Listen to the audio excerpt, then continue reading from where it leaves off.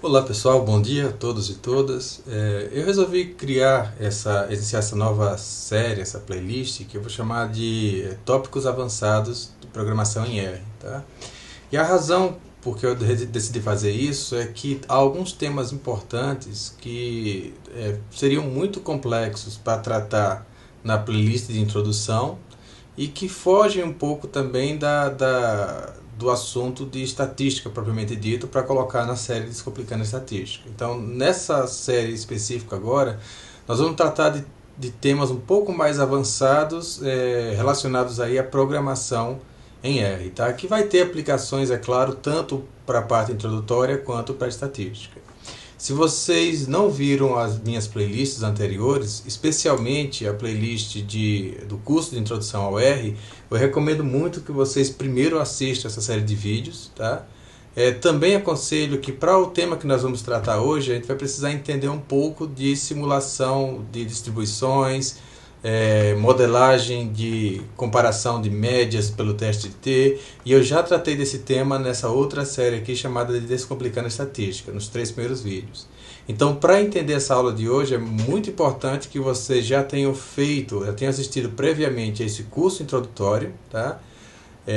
E também tenham assistido às 3 aulas aqui da Descomplicando a Estatística, as 3 primeiras aulas, porque nós vamos tratar de simulação de dados. E eu peço a vocês para serem pacientes, especialmente aqui com relação ao curso de introdução ao R, mesmo que você já tenha uma certa familiaridade com o R, eu aconselho muito que vocês assistam a essa playlist, porque há alguns tópicos que nós tratamos com aprofundamento, por exemplo, em relação a matrizes, listas, vetores, data frames, em que nós damos uma abordagem bem detalhada a respeito dessas classes de objeto, quais são suas características, como se trabalha com essas classes, lists também, tá?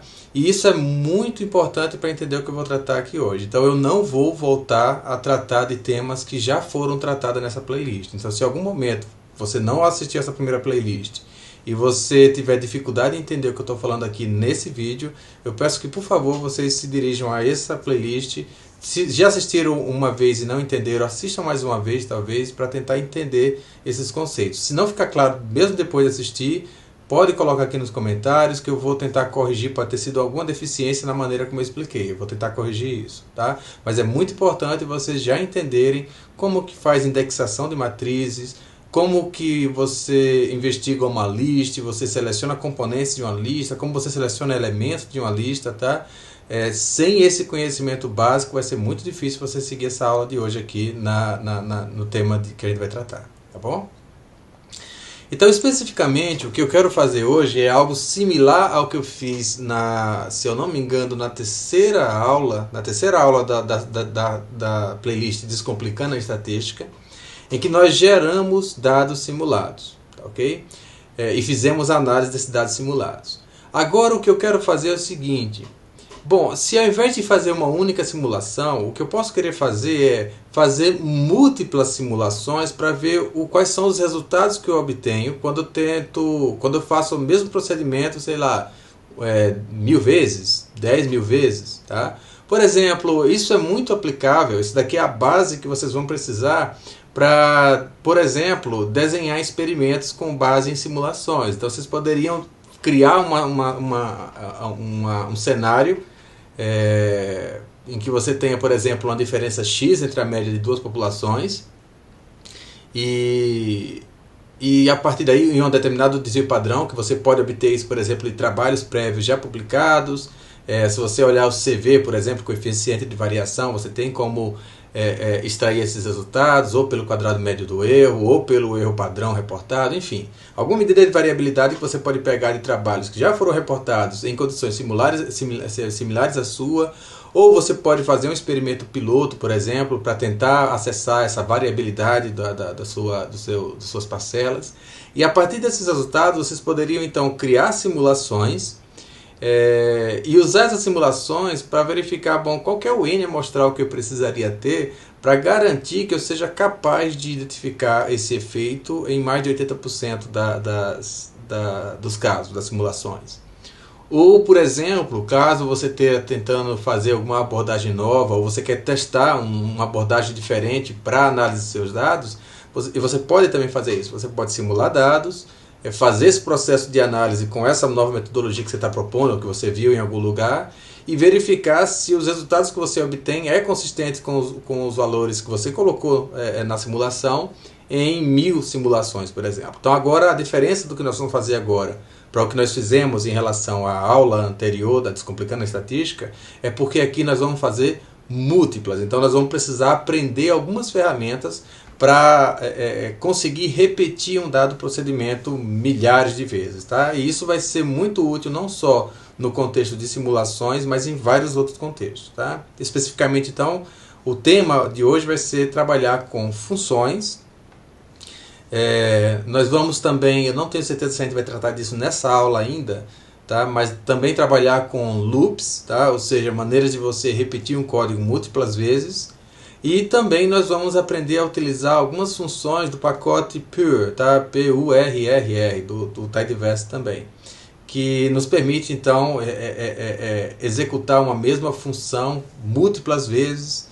Nós vamos também utilizar uma outra função chamada de replicate. Enfim, são múltiplas abordagens que nós podemos utilizar para conseguir repetir um procedimento múltiplas vezes. Mas para conseguir fazer isso, primeiro nós precisamos, talvez uma abordagem mais fácil, é justamente confinar esse procedimento dentro de uma função. Tá bom?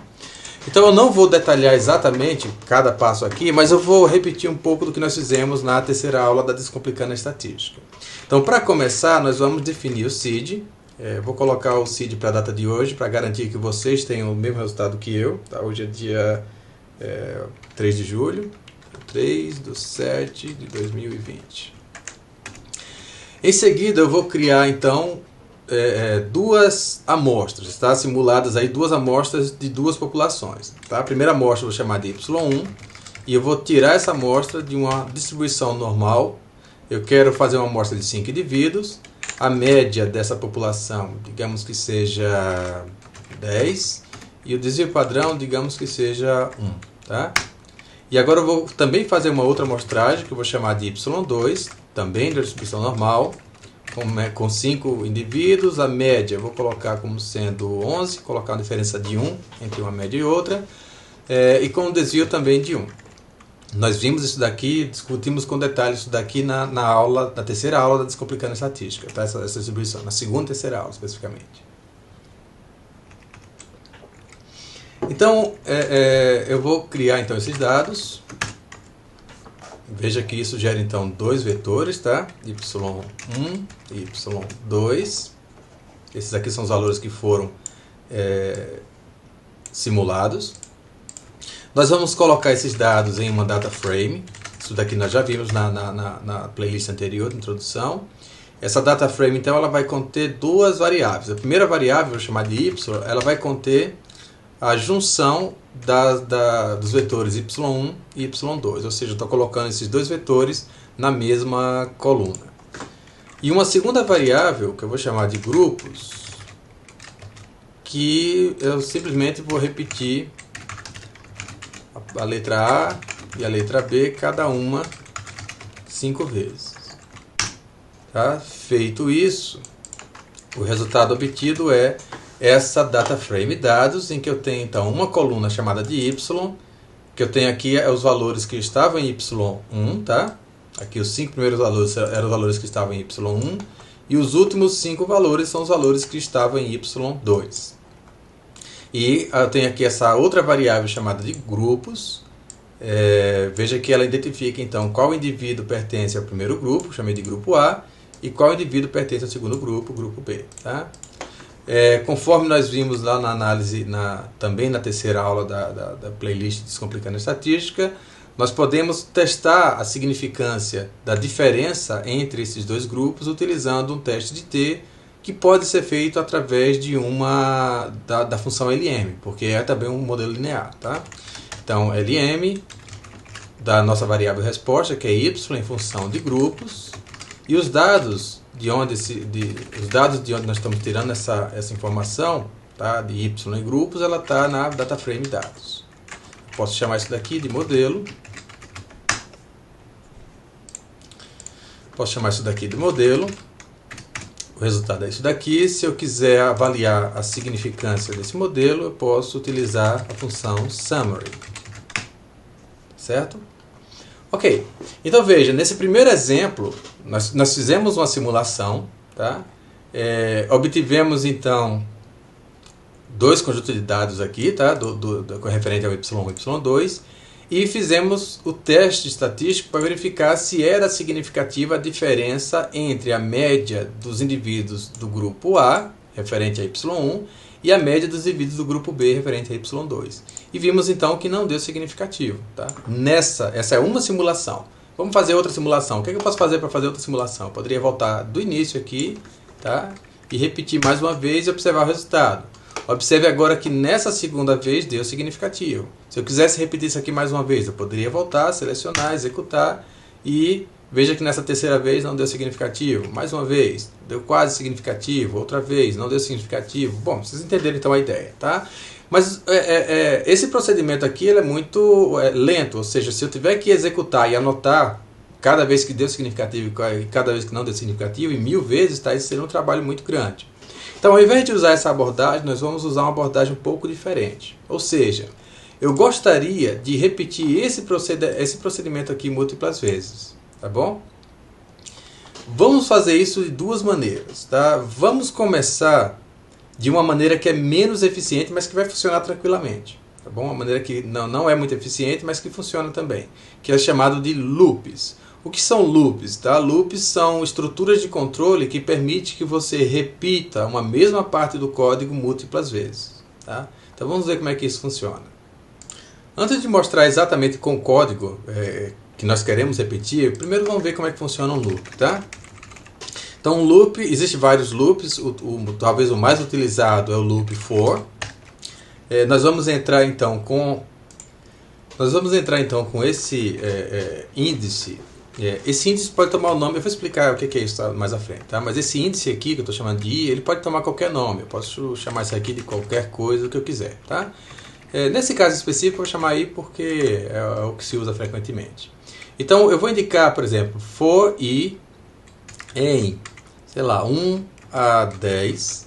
Lembre que isso daqui, como nós vimos lá na playlist de introdução ao R, isso daqui gera uma sequência de números inteiros, tá? De 1 em 1, tá? Então 1, 2, 3, 4, 5, 6, 7, 8, 9, 10, um vetor. Então veja que esse meu I, ele vai variar de 1 a 10, ou seja, ele vai assumir o valor 1, depois ele vai assumir o valor 2, depois ele vai assumir o valor 3, 4, 5, até ele chegar no 10. E aqui dentro, então, nós abrimos essas chaves, tá? E o que está dentro dessa chave, entre essas duas chaves aqui, ó, é o que vai ser repetido, é o código que vai ser repetido. Por exemplo, eu poderia dizer print, estou sendo repetido. Tá? Se eu executo isso daqui, veja então que aqui no meu console apareceu esse print aqui, estou sendo repetido, ele apareceu exatamente 10 vezes. Tá? Como é que isso funciona? Funciona da seguinte forma. Lembre que o código ele é lido de maneira sequencial, não é isso? Você lê a primeira linha, executa, vai para a segunda linha, executa, é assim que o R executa o seu código. Ele executa uma linha de cada vez de maneira sequencial. Mas, quando ele chega em um loop, tá? Ele faz a leitura de maneira diferente, ou seja, a partir do momento que ele identificou que ele está dentro de um loop for, o que ele vai fazer é fazer com que esse índice assuma o primeiro valor nessa série que você forneceu aqui, que no caso é o número 1. Então veja que na primeira observação, na primeira que nós chamamos de iteração, I vai ser igual a 1. Tá? Bom, então a variável I ela vai ser o número 1, ela vai conter o número 1. Então você vai executar o código que está entre... Isso aqui pode ter múltiplas linhas, não tem problema, tá? Tudo que tiver dentro dessas chaves vai ser executado, vai ser repetido. Então, I vai assumir o valor 1, você vai executar então tudo que tiver entre essa chave e essa chave, só que ao chegar aqui no final, ao invés de continuar executando o código que está embaixo do código, o que o R vai fazer na verdade é verificar se esse valor de I ele já está na última posição da série que você forneceu. Se ele não estiver na última posição, ele não prossegue no código, ele vai voltar para o loop, e ele vai mudar o valor do I para o próximo número na série. Então veja, na primeira iteração, Esse valor de i foi 1. O código foi executado. Quando ele chegou aqui, ele observou 1 não é o último valor dessa série que você forneceu, de 1 a 10. Então ele vai voltar para o início, vai mudar esse i para 2. Tá? Vai executar o código, vai chegar no final, vai verificar que 2 não é o último valor nessa série. Vai voltar, vai mudar o i para 3, executar, ele vai prosseguir fazendo isso até chegar no 10º. Quando o i assumir o valor de 10, esse código vai ser executado, só que quando ele chegar aqui no final, ele vai identificar que 10 é o último valor da série que você forneceu aqui, tá? Desse vetor que você forneceu aqui. Ou, sei lá, o que for, dessa série, tá? Então, ele identificando que você já gastou todos os valores que tinham aqui nessa série, ele vai sair do loop e vai continuar prosseguindo no código. Então, vocês entenderam que, no caso do loop, veja que loop, na verdade, em inglês, significa exatamente essa coisa de círculo, tá? De você estar repetindo alguma coisa. Então, você executa o código, volta, executa de novo, volta, executa outra vez, até você chegar no total, no último elemento dessa série que você colocou aqui. Tá? No último elemento, então, ele é executado pela última vez e você sai do loop. Tá certo? Para ficar claro isso para vocês, eu vou fazer, mudar um pouco o código aqui. Eu vou fazer o seguinte, e nós chamamos cada repetição dessa, nós chamamos de iteração. Então, nesta iteração, o valor de i é 2 pontos, e aqui eu vou colocar i. Deixa eu fazer um paste aqui.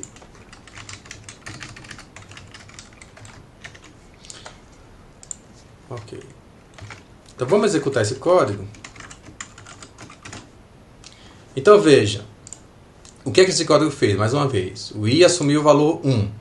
Ao assumir o valor 1, eu estou paste aqui, é uma função que serve para colar texto. Tá? Então eu estou juntando esse texto que eu coloquei aqui à variável i. Qual é o valor da variável i? Na primeira iteração é 1, é exatamente o que a gente vê aqui. Tá? Ao chegar então ao final do código, ele volta, o i é atualizado, ele reexecuta essa linha. Só que agora o valor de i não é mais 1, agora é 2. Então esse texto vai virar, nessa condição, o valor de i é 2. E assim sucessivamente. Então veja que em cada ponto desse daqui, ele está alterando o valor de i até que ele chegou na 10ª posição. Quando ele chegou na 10ª posição, ele executou esse código pela última vez e saiu do print, ou saiu do loop, tá certo? Então, esse loop ele é bem simples, está muito útil, muito utilizado. Existem algumas ferramentas, quando se trata do R, tá? Existem algumas ferramentas mais eficientes do que loop, em termos computacional, de tempo, tá? Mas, para quem está aprendendo, para quem está começando, esse loop for funciona muito bem, é uma técnica bem interessante. Tá? A gente vai ver essas técnicas mais eficientes ainda nessa playlist também, mais na frente. Mas eu acredito que esse loop aqui vai cumprir bem o que a gente precisa fazer agora. Tá bom? Ok. Então, agora, como que essa ideia aqui ela se aplica no que nós estávamos conversando? Veja, vocês lembram que o que eu queria fazer, na verdade, é repetir esse código aqui múltiplas vezes, não é isso? Eu queria repetir isso, essa parte aqui que nós simulamos os dados e fizemos o teste de t, eu gostaria de repetir isso múltiplas vezes. Então, na verdade, basta eu fazer aqui um Ctrl+C, Ctrl+V. Tá? Eu vou copiar isso daqui e vou criar um novo loop aqui para poder manter esse script para vocês. Então, for i em, sei lá, vamos fazer a 10, vamos repetir 10 vezes, tá? E eu vou colar aquele código, tá? Eu vou também colocar o setseed aqui, porque eu quero garantir mais uma vez que o resultado que vocês obtenham no computador de vocês seja idêntico ao meu. Ok. Então veja, a ideia aqui então eu quero repetir esse código aqui, tá? 10 vezes. Então por isso que eu coloquei esse código dentro das chaves aqui, tá? Então vamos executar esse comando. Eu vou limpar aqui o console e vamos executar aqui esse comando.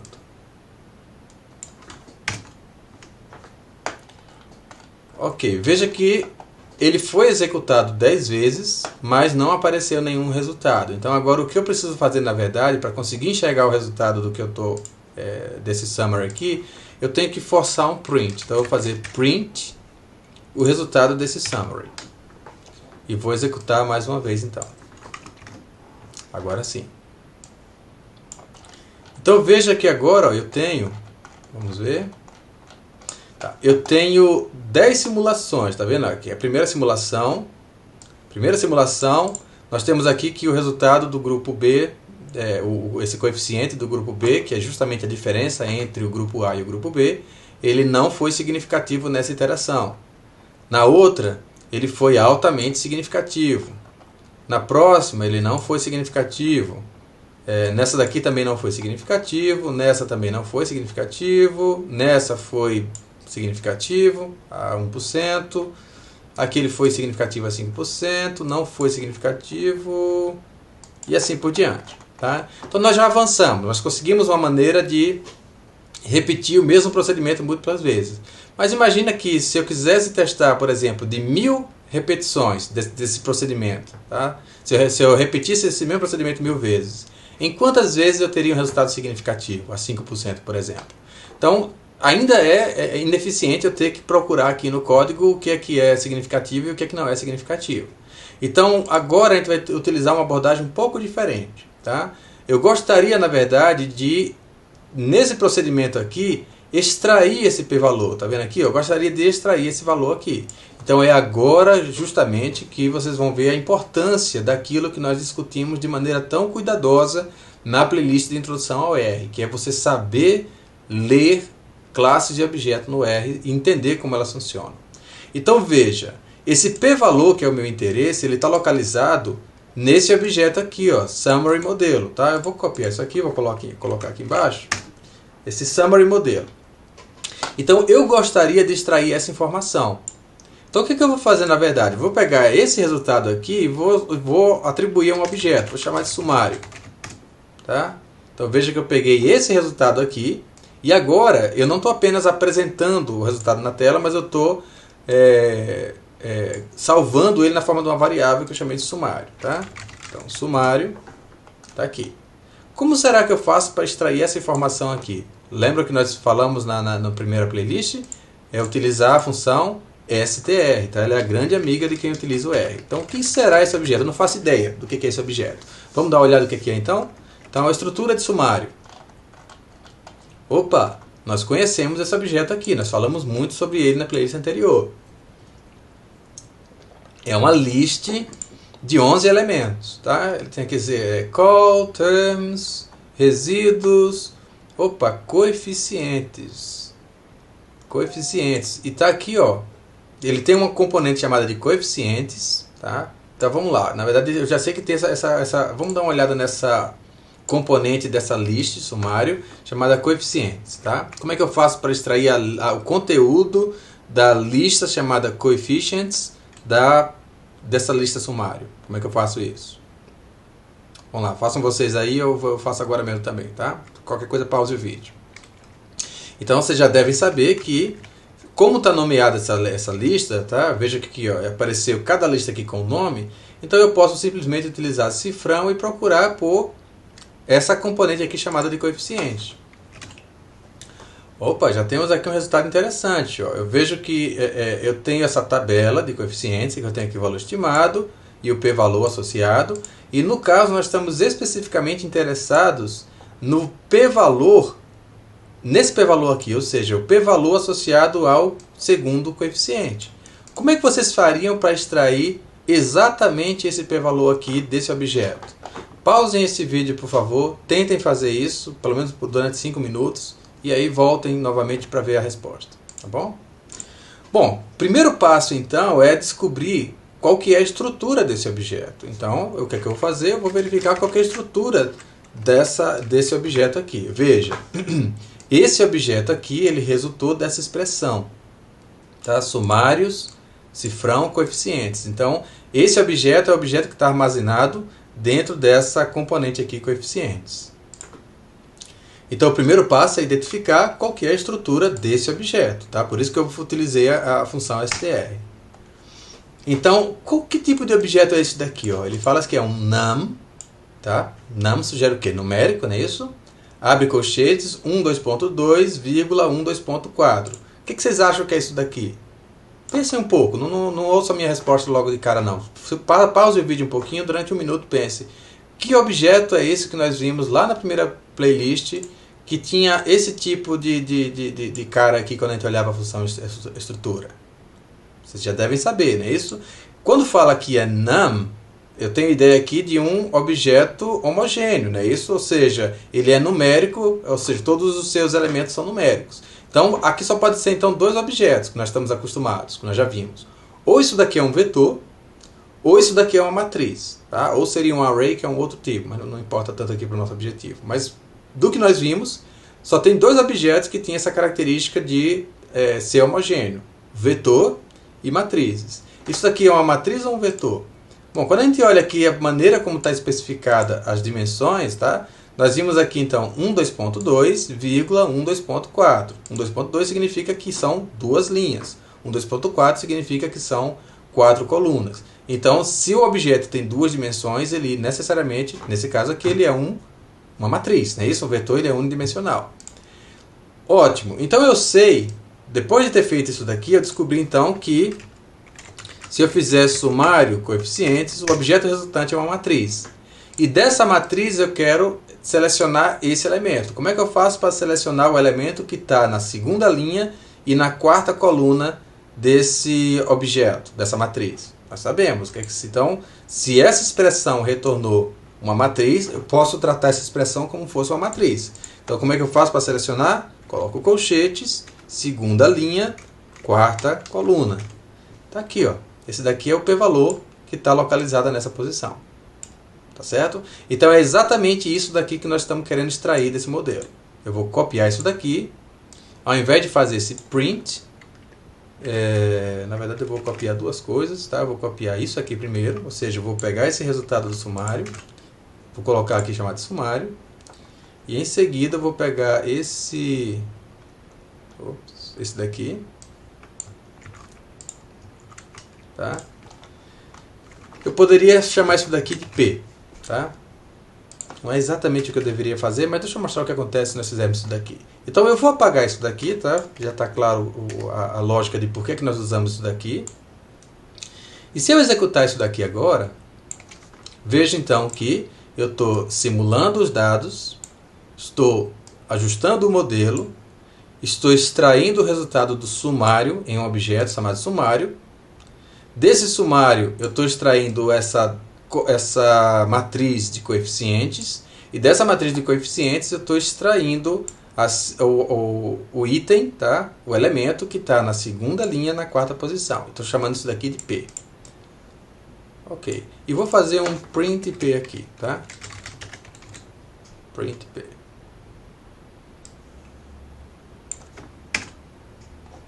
Então, ó, observe que agora eu tenho exatamente os p-valores de cada uma dessas iterações, tá? Cada vez que eu simulei o dado, ajustei o modelo e extraí o p-valor, é esse daqui o p-valor. Mas observe que o meu p no final, ele tem apenas o valor do último elemento. Por quê? Em cada iteração dessa daqui, o valor de p está sendo sobrescrito. O valor de p que estava na iteração anterior está sendo sobrescrito pelo valor de p na iteração atual. Tá? E eu não gostaria que isso acontecesse. Na verdade, eu gostaria que cada P fosse armazenado, para eu poder ter uma série de P valores no final. Então, nós vamos corrigir isso daqui da seguinte forma. Nós vamos criar P como sendo um vetor vazio. Então, eu vou fazer o seguinte, eu vou repetir NA. Como são 10 simulações, eu vou repetir 10 vezes. Tá? Então, eu vou iniciar esse vetor P como sendo simplesmente um vetor P vazio, tá vendo? Não tem nada nesse P aqui a não ser NAs. Mas ele tem agora 10 posições aqui vazias. E em cada iteração dessa daqui, o que eu vou fazer na verdade ao invés de colocar P recebe esse P valor aqui, esse resultado, eu vou indexar exatamente a posição correspondente àquela iteração. Ou seja, na primeira iteração I assume 1. Tá? Portanto, eu estou substituindo a primeira posição desse vetor P, que estava vazio, eu vou substituir pelo valor do p-valor nessa iteração. Na próxima iteração, então, o I vai ser 2, e eu vou substituir, então, a segunda posição desse P, que também era vazia, pelo resultado dessa iteração aqui, por esse p-valor aqui nessa iteração. Então, eu estou acumulando esses valores de p-valor aqui ao longo de todas essas iterações, tá bom? Vamos executar isso daqui. Veja que aparentemente não aconteceu nada, mas se nós agora fizermos P, nós vemos que nós temos esse vetor aqui com o p-valor de cada uma dessas iterações, tá vendo? Tá bom? Então agora fica fácil, por exemplo, vamos fazer 1000 simulações, tá?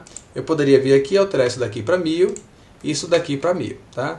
E agora surge uma outra ideia que eu apresento para vocês também, é que essa maneira como nós colocamos esse valor aqui do número de simulações é que a gente chama de hard-coded, ou seja, eu coloquei o valor que eu quero.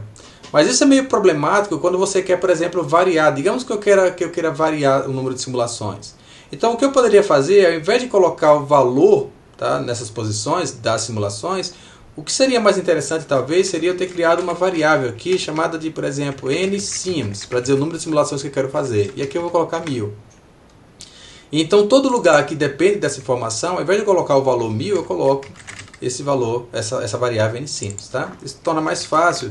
Se eu quiser variar agora o número de simulações, basta mudar aqui em um único lugar que ele já vai ser automaticamente atualizado em todos os lugares que dependerem dessa informação. Tá bom? Então eu vou fazer isso agora. 1000 simulações. Se eu tentar plotar o P aqui, veja que agora é um vetor de 1000 elementos, tá? E olha só, se eu quiser saber... Então a pergunta agora é o seguinte, em quantos desses valores o valor foi menor do que 0.05, tá? Também é outra coisa que a gente já aprendeu na primeira playlist, né? Isso eu posso fazer simplesmente P menor do que 0.05. Se isso for verdade, eu vou colocar menor ou igual. Menor ou igual a 0.05.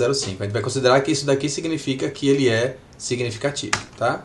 Então veja que ao executar isso daqui, eu vou obter um vetor lógico com 1000 elementos, tá? E em cada posição eu tenho a informação de se é verdadeiro ou falso aquela condição, tá? Então eu tenho aqui, por exemplo, no milésima simulação não foi significativo, na anterior foi significativo e assim por diante. Então agora, se eu quiser saber o total que foi significativo, bom, como isso daqui é um vetor de lógico, eu posso somar esse vetor de lógico, tá? Quando nós somamos o vetor de lógico, false vira 0 e true vira 1. Tá? Então esses valores que forem verdadeiro, ele vai assumir o valor 1. Então a soma desse vetor lógico coincide com o número de elementos que foram true, que foram verdadeiros. Então veja que nesse caso nós obtivemos 295. Se eu quisesse calcular isso daqui como sendo uma fração do número total de simulações, eu poderia fazer isso daqui contra nsims. Tá? E posso multiplicar isso daqui por 100 para dar em porcentagem. Então veja que em 29,5% das simulações esse resultado foi significativo, tá bom?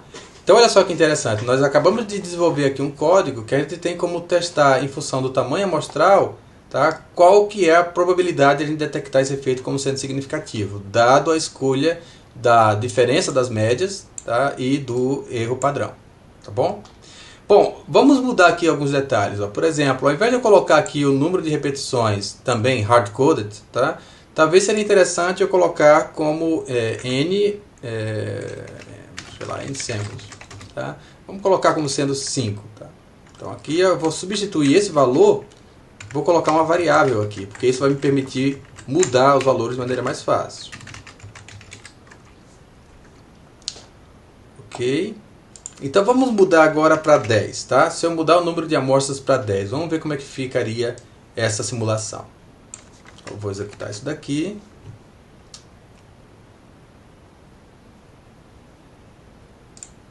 Bom, eu quebrei a cabeça um pouquinho para descobrir o que eu tinha feito de errado. Eu não esperava que o número de significativo diminuísse, tá? Então eu vi que tem alguma coisa errada no código. E existe sim.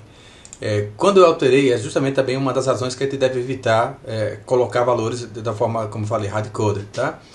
O que acontece? Quando eu repeti aqui A e B, cada um 5 vezes, é porque tinha 5 repetições, tá, de cada população.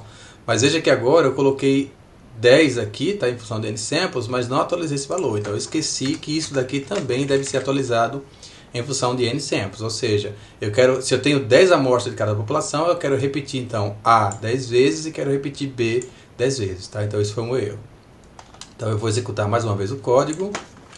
e vamos ver o que acontece. Então, olha só, eu saí então de 29% quando utilizei 5 repetições, e agora eu tenho 55% de resultados significativos quando eu tenho 10 repetições. Vamos utilizar 15 repetições.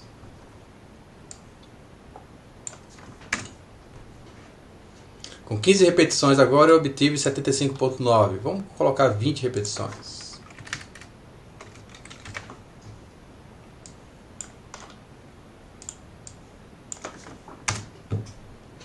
Ok, com 20 repetições então eu cheguei ao próximo do que eu queria, que era uma probabilidade de 80% ou mais de detectar essa diferença entre as duas populações, tá certo?